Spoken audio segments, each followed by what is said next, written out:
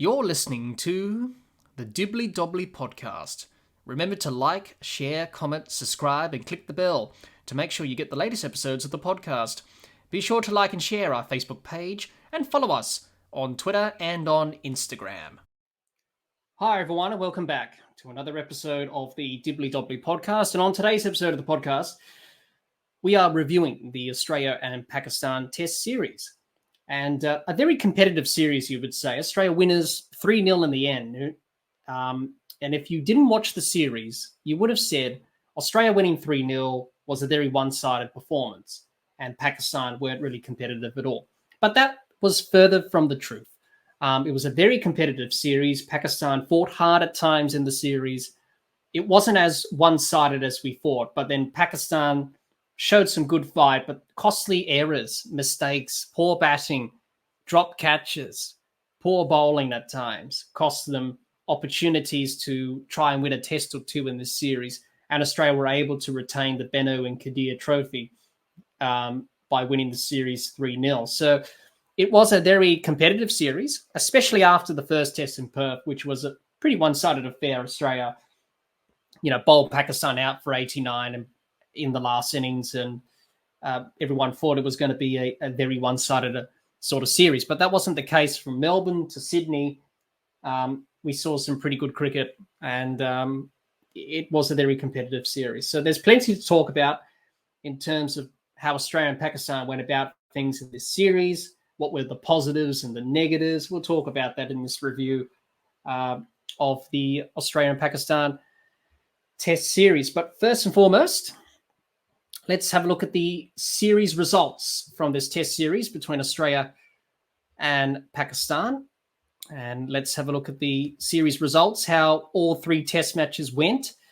The first test match of the series was played at the Perth Stadium. Australia won by 360 runs. Mitchell Marsh was named player of the match. The second test, the Boxing Day test in Melbourne, Australia won by 79 runs. Pat Cummins was named player of the match for his outstanding performance, 10 wickets in the match. And the third and final test at the SCG, Australia won by 8 wickets to win the series 3-0. Amir Jamal was named player of the match, which is quite rare to have a player from the losing side win the player of the match award, but he thoroughly deserved his player of the match award. He scored 80 and took 6 wickets, even though he was on the losing side. And Pat Cummins was named player of the series, leading wicket taker, and really led from the front with the ball for Australia. So that's the series results from the 3 test matches played against Australia and Pakistan in this series. Let's talk about how both Australia and Pakistan went about their business in this test series with bat and ball, and talk about how they went overall in the series. We'll start with the Australian team. 3-0 series win was to be expected from Australia. Everyone expected Australia to win the series 3-0, which they did quite comfortably in the end. But Pakistan did make it tough for them. As I mentioned earlier, this series wasn't as one-sided as we would have anticipated. It was a good contest from Pakistan, but costly errors cost Pakistan opportunities to win a test or two here and there. But Australia, they would be pleased that they won 3-0. It is a side that is playing well together and doing a lot of good things and playing some good cricket. And Pat Cummins, especially as captain, leading from the front.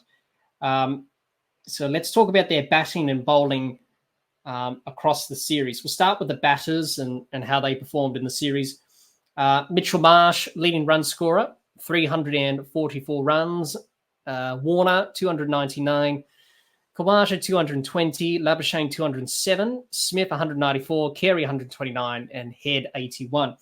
And that's how the batters from Australia performed across the series against Pakistan.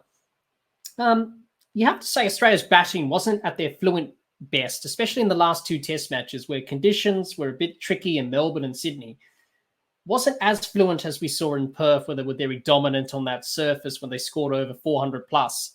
After that, they didn't really score any total well above 300 after that. Because of the conditions in Melbourne and Sydney, the pitches had a bit of something for the bowlers.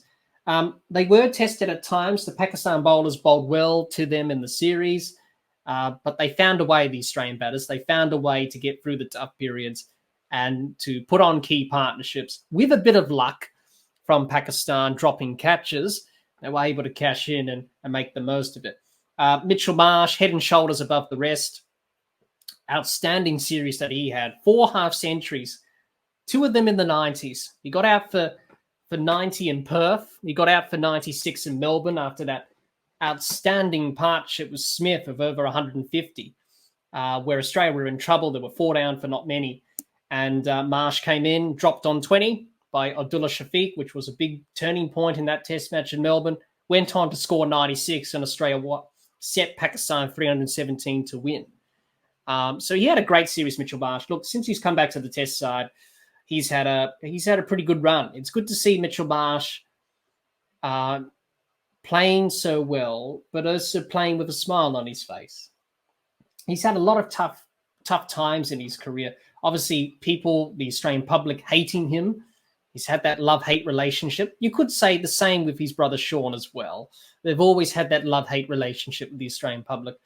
But since he's come back, everyone seems to get on board with Mitchell Marsh and cheer him on, which is fantastic to see. For Mitchell Marsh, 344 runs in the series. It's the most ever runs he scored in a test series in his career.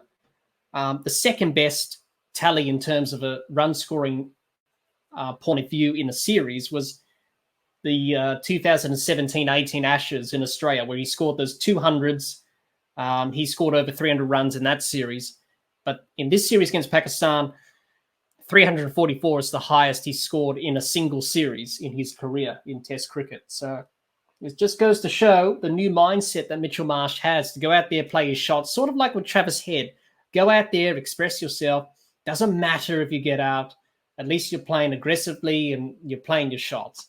And that's what him and Travis Head are doing. And they've had great success at that. So Mitchell Marsh, very good in terms of his series. Marnus Labuschagne, Steve Smith struggled in the series. Labuschagne, towards the back end of the Sydney Test in the run chase when Australia needed to chase 130, he was looking back towards his best. He looked more positive. He played with positive intent. He scored 2 60s in that last Test match in Sydney. And especially his innings in the run chase, that partnership he had with Warner was key to chase down that low total target of 130. So good signs for Labuschagne going forward for the remainder of the Test summer, especially in the series against the West Indies. Good to see him back in the runs. Good to see him playing with that positive intent, because Marnus, he has struggled for a while now, mainly because of not playing with that positive intent, looking a bit timid, struggling for rhythm and timing and fluency. But we saw that in the last Test against Pakistan in Sydney. He started to get moving again. He looked freer. He looked pretty good intent, good positive intent, and looking to score, which was good to see from Labuschagne. Steve Smith struggled, obviously, in the series, not quite at his best as it has been for the last few years for Smith. Struggled for rhythm and fluency. He got a 50. That was in Melbourne. Had that good partnership with Marsh when Australia were in trouble at 4 down for 16. But obviously with Smith going forward now, obviously being named the new opener, replacing David Warner, who retired in this series, maybe that will kickstart Steve Smith's career, get him back to the run-scoring abilities as we've known to accustom from Smith over the years.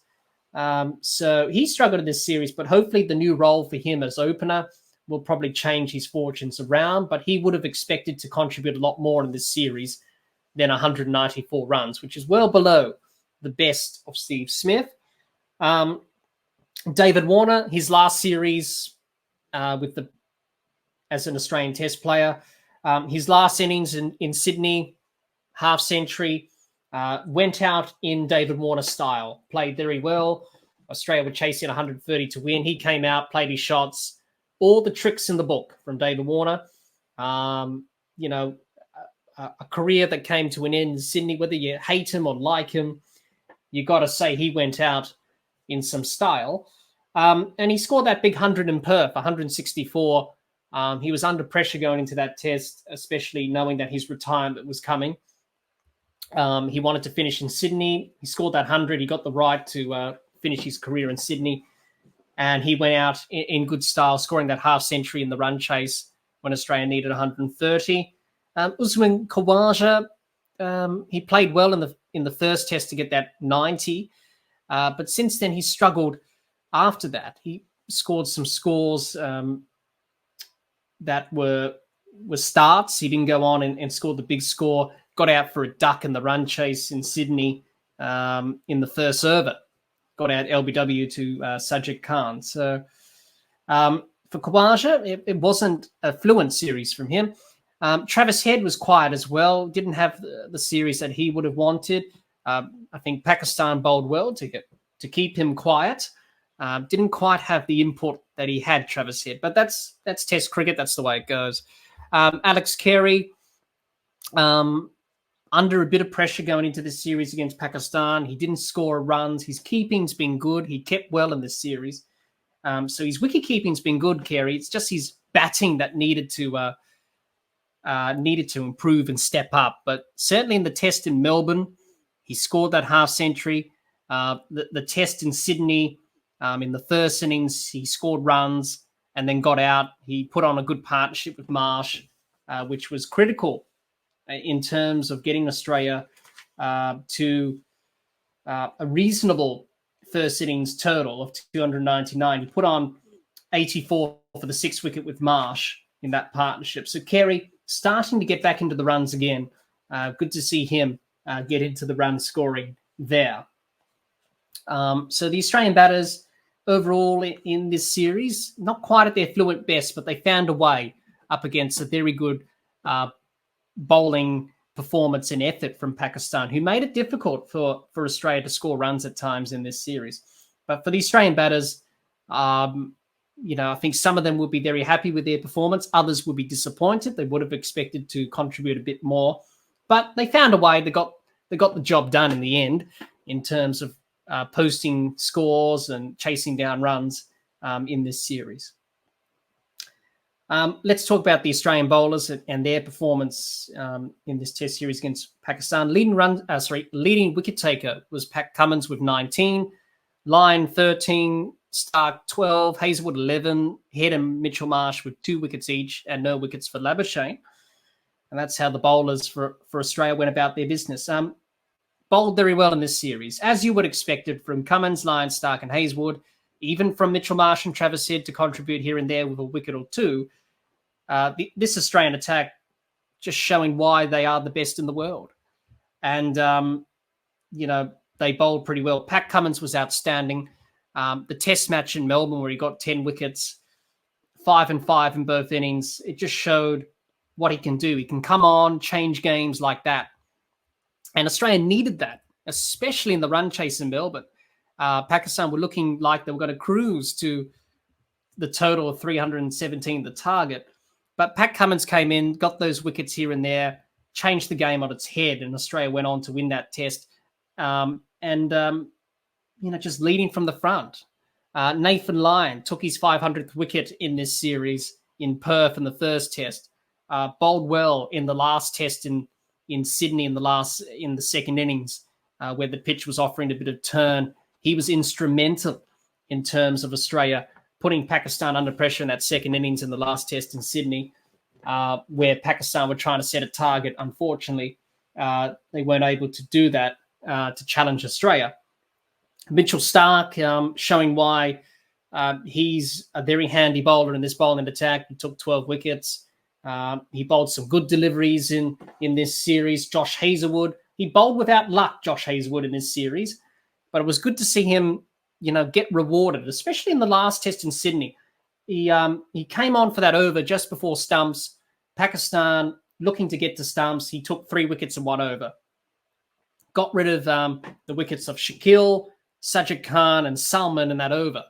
And that pretty much spun the game in Australia's favour, and Pakistan really struggled after that. Bowled out for 115. They set Australia 130. Josh Hazelwood changed the game on its head. Made an impact and got a bag of wickets, 4 4 for 16 in his effort there was pretty good.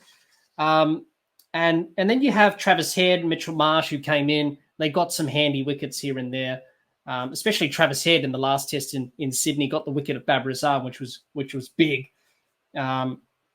which sort of contributed to Pakistan's batting collapse in that last test in the second innings. So Australians bowlers, look, not a surprise that all of them took over 10 or plus wickets in the series. All of them have 250 plus wickets each, which is unheard of from a bowling attack. They did struggle at times, the bowlers. Pakistan showed some good fight and resistance, especially in the last two test matches in Melbourne and Sydney. But the Australian bowlers, they kept being relentless. They kept putting the pressure on, and they got the job done. And that's what this Australian bowling attack does. No wonder it's the best bowling attack in the world. And certainly one of the best bowling attacks in this modern era for Australia as well. This combination of Cummins, Lyons, Stark, and Hazelwood, it's a pretty good bowling attack, and they get the job done countless times. And the Pakistan batters, they were able to resist it for some sort of period of time, but then after a while, as we saw in Sydney in the last test in the second innings, they just folded under the pressure built by the Australian batters. By the Australian bowlers. And they were able to get the job done. So the Australian bowlers, pretty good series. I think all of them will be pretty happy with their efforts and how they performed in the series as a bowling group. So that's Australia in terms of their performance in this series with bat and ball and how they went about things overall against Pakistan in this test series. Let's move on and talk about Pakistan's performance in this series with bat and ball. Pakistan. What can you say about Pakistan in this series? They showed some good fight. They were competitive at times, but missed opportunities with the bat and with the ball. Cost them dearly in Melbourne especially, but also cost them an opportunity in Sydney as well. And for a young, inexperienced team, there's a lot of good things to take out of this series for Pakistan. Even though they didn't win the series, even though they blew the opportunities in Melbourne and in Sydney, they didn't win those key moments. They didn't take the chances. They dropped catches. They batted poorly. They had batting collapses. There's a lot of good things to take out of this young Pakistan team that is starting to rebuild and hoping to put in some good performances in the future in Test cricket. So let's talk about the batting and the bowling performances. We'll talk about the batting first of all. Mohammad Rizwan, leading run scorer, 193 runs for him. Shah Masood, the captain, 181. Salman, 141. Azam, 126. Shafiq, 110. Al-Haq, 94. Shakil, 92. Aroob, 33. And Safras Ahmed was 7. That's how the batters for Pakistan went about their business in this series. They showed some fight and character with the bat, Pakistan. After what happened in Perth and they were bowled out for 89, a lot of people thought that their batting would not cope with the Australian bowlers and that pressure. But as we saw in Melbourne and Sydney, different pitches, different conditions, they showed a lot of fight, a lot of temperament, especially the tail enders as well. Amir Jamal, especially in the last test in Sydney, along with that 10th wicket partnership he had of 80-odd with Hamza, showed some good fight and resilience. So Pakistan showed a good fight of it and character with the bat. But unfortunately, some poor shot selection, decision-making, not doing the basics right with the bat cost them dearly in the series, especially in the run chase in Melbourne. Rizwan and Salman doing well in that game. Pakistan edging closer and closer to potentially winning that test match in Melbourne. And then all of a sudden they lost wickets and they had a batting collapse, which cost them dearly. Rizwan and Salman, 57 for that 6 wicket. And then Rizwan gets out for 35. And then the match started to go into Australia's favour. So if they batted a little bit smarter there in that run chase, they would have had an opportunity to chase down 317. Salman in that game scored a half century, did well to bat with the tail and try and get them closer and closer. But in the end, he lost his wicket and Pakistan collapsed with the tail. But also in Sydney, a prime example of it in Sydney, they didn't bat well in the first innings. There were 4 down for not many in the first innings in Sydney. They were 4 down for 47 and then find themselves at 5 for 96. And then there were 9 for 227, struggling to get over 300. But this is where the fight and resilience and the character came in. Some good innings from Wizron, 88. And then you had Amir Jamal. What a story he has been in the series. He got 82 in that test. A very big partnership of 86 for the 10th wicket with Hamza. That got Pakistan over to 313 in the end on a pitch that was up and down and taking spin in Sydney. Just shows you that fighting character that they had, especially from Jamal. What a story he has been in the series. Came from nowhere. His story is inspiring, playing cricket for Hawkesbury in Sydney and watching Pakistan played Australia in 2016-17 during that test match at the SCG. And then he find himself a few years later debuting and playing at the SCG for Pakistan against Australia in 2023, 2024, which is an incredible story from Jamal. And he gave it his all there in that innings. And then in the second innings, Pakistan, for the first time in the series, had an opportunity to set a target for Australia. And then they collapsed badly, 115. Poor shot selection, especially losing the 3 wickets to Josh Hazlewood in the 1 over. Shah Shakil driving at a wide delivery outside off stump. That was a poor shot. Sajid Khan, the night watchman, got one that went through the gate and clean bowled him. Nothing you can do there. That was a good delivery from Hazlewood. But then Salman, who came in and nicked off to first slip where David Warner took the catch. Were poor shot selections and also not handling the match situation as well. There was a lot of pressure, trying to set a target that was going to be competitive. Pakistan needed something over 200. In the end, they got 130 in the end, which wasn't enough. Australia chased them down 2 down. So Pakistan, the opportunities with the bat were there. The run chase in Melbourne, trying to set a big target in the second innings in Sydney. Key opportunities, but they weren't able to grasp them because of poor shot selection, poor decision-making, not handling the pressure of the match situation all that well. And if they look back on this series, they would say, yeah, if we did those things better with the bat, it could have been a lot different, and it wasn't to be. So they'll be very disappointed about that, Pakistan, with the batting side of things. Let's talk about the bowling for Pakistan and how they performed in this series, the bowlers. Amir Jamal, leading wicket taker with 18. Afridi with 8. Hamza with 7. Shahzad with 5. Salman and Sajid Khan with 3 wickets each. Hassan Ali with 2 and Ashraf with 1. And that's how the Pakistan bowlers went about their business in this test series against Australia.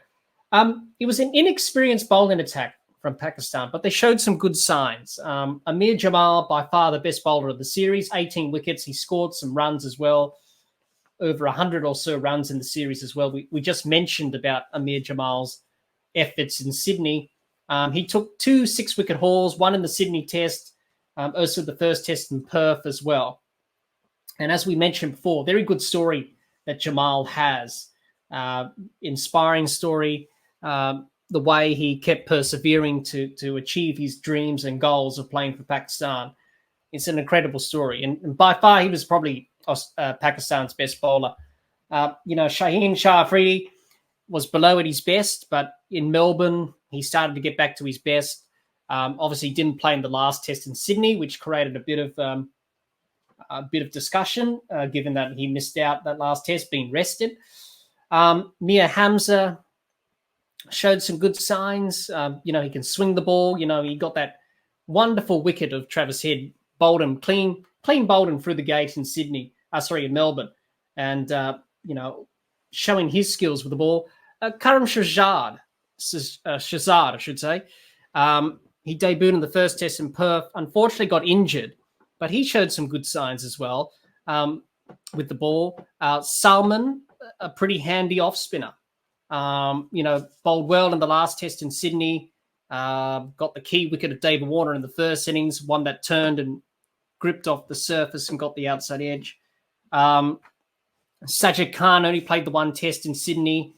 It was clear to see that Salman was a better bowler than Sajid Khan. Hassan Ali only picked up 2 wickets in the series. He bowled well at times, but didn't really look threatening. And Fahim Ashraf only played the one test in Perth and only took the 1 wicket, and he went for runs, and he didn't really look comfortable in these conditions. But the big opportunity for Pakistan with the ball, they had Australia on the ropes a few times in the series, but it comes down to not winning the key moments and not taking the opportunities. For example, in Melbourne, they had Australia 4 for 16 in the second innings. They had Australia on toast. They didn't finish off the job. Mitchell Marsh was dropped on 20 by Abdullah Shafiq. He went on to make 96. He put on 153 with Smith for the 4th wicket. And Australia set Pakistan 317 to win. If that was taken, that catch, Australia 5 down, then they would have been chasing probably a target of under 100. Pakistan, they would have won that test. Unfortunately, didn't capitalize on that opportunity. So they made it hard for themselves, Pakistan. They dropped catches throughout the whole entire series. Shafiq was a repeat offender of dropping catches. He dropped Mitchell Marsh in Melbourne. He dropped a few in Perth. He dropped another one in Sydney. So it is something that Pakistan need to work on is their fielding. And that cost them big opportunities in the series, especially in Melbourne, especially in Sydney. If they caught better, it would have been a lot different. Also, they bowled too many extras. That was the case in Melbourne. They bowled 52 extras. They were ill-disciplined with the ball there, 52 extra runs. So the little things, the basics, cost them. Obviously, drop catches and discipline with the ball in terms of the extras. But Pakistan, it wasn't an inexperienced attack. A lot of people said that they probably struggled to take 20 wickets. But in the end, they were able to pick up wickets, and they were able to challenge Australia and make it hard for the Australian batters to score runs. So I think that's a good thing. I think there's plenty of positives to take out from the bowling performance from Pakistan in this series. And especially Amir Jamal. He's a real find for Pakistan. He's a serious cricketer, like his fight and character. Just runs in and wants to be a part of the contest and wants to do well and wants to win test matches for Pakistan. So to finish up about Pakistan's bowling, disappointed with the drop catches, the missed opportunities. If they finished off the job in Melbourne when they had Australia 4 for 16, they could have won that test. The what ifs in hindsight. But I think Pakistan would learn a lot from their bowling performance and knowing that, if we tied it up a few areas, who knows? We would have won a test or two there. So that's Pakistan's bowlers, and that's Pakistan as a whole, really, in this series in terms of how they went about things with bat and ball and how they approached this series. My final thoughts to finish up our review for the Australia and Pakistan Test series. It was a pretty good series, I thought. As I mentioned earlier, it was a pretty competitive series, especially after the first test from Perth, Melbourne and Sydney onwards. It was very competitive. Pakistan showed a lot of fight. Unfortunately, missing key opportunities and not grasping them really cost them. They should have won in Melbourne if they caught better and bowled better and finished off the job when Australia were 4 for 16. If they batted a bit better in Sydney, they could have won that test as well. They had their moments. But in the end, Australia too strong, and they were able to win the series 3-0. And that sort of reflected how the series went and just indicated that Australia are a very good side. I'm trying to get that out of my trying to get my words out there. A very good side, and trying to match that. Pakistan weren't able to try and match that, so they will be disappointed at that, Pakistan. But they showed a lot of improvement, Pakistan. From the last series in 2019-20 to this series, they improved. Even though they lost 3-0, they showed some improvement and some good signs. But key areas, drop catches, batting collapses, letting Australia off the hook, are the things that Pakistan would look back in the series and say, if we done those things better, we could have won a test. It could have been 2-1. It may be 2-1 the other way. But unfortunately, it wasn't to be in terms of that result for Pakistan. For Australia, they will be very pleased that they won 3-0. Pat Cummins led from the front. Mitchell Marsh had a good series, by far Australia's best batter in the series. And it is a pretty good performance from Australia. They were tested at times, but they found a way to get the job done and to win this series 3-0 against Pakistan. Going back on Pakistan, Shah Massoud as captain, I forgot to mention him. I thought he spoke really well after the test matches, during press conferences and post-match presentations. Inexperienced captain, but the right person probably to lead this Pakistan team. He speaks the right things, and he wants the team to do well under his leadership. So hopefully Shah Massoud can achieve that with this young Pakistan team. But I think as captain, he will be proud of the team's efforts in this series. Even though it didn't quite go to plan, he'll be proud that some progress has been made. But there's a lot of areas to improve on for Pakistan going forward. So to finish off about the series, pretty good series, very competitive. Australia too strong in the end to win the series 3-0. Well, thanks everyone for listening to our test series review between Australia and Pakistan. If you're watching or listening to this episode of the podcast on our YouTube channel, let us know your thoughts on this test series between Australia and Pakistan in the comments. We would love to hear what you have to say. Thanks for watching and listening. Until next time, keep safe and bye for now.